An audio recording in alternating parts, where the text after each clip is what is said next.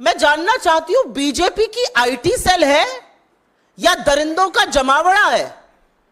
आपको याद होगा उत्तर प्रदेश के आईआईटी बीएचयू का वो गैंगरेप कांड, जिसमें सक्षम पटेल, कुणाल पांडे, आनंद चौहान जैसे लोगों का नाम आया था।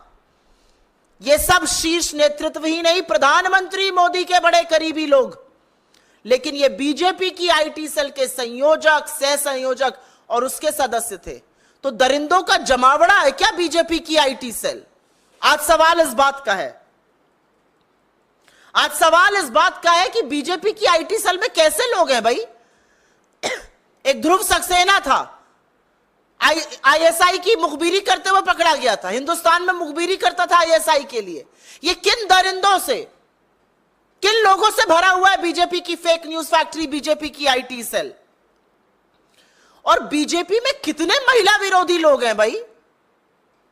हाथरस से लेके लखीमपुर, लखीमपुर से लेके उन्नाव, उन्नाव से लेकर चाहे वो उत्तराखंड की अंकिता भंडारी हो, चाहे वो गुजरात की बेटी बिल्किस बानो हो, चाहे वो इस देश की सबसे होनहार खिलाड़ी बेटियां हो, हर बार आरोपी बीजेपी का नेता।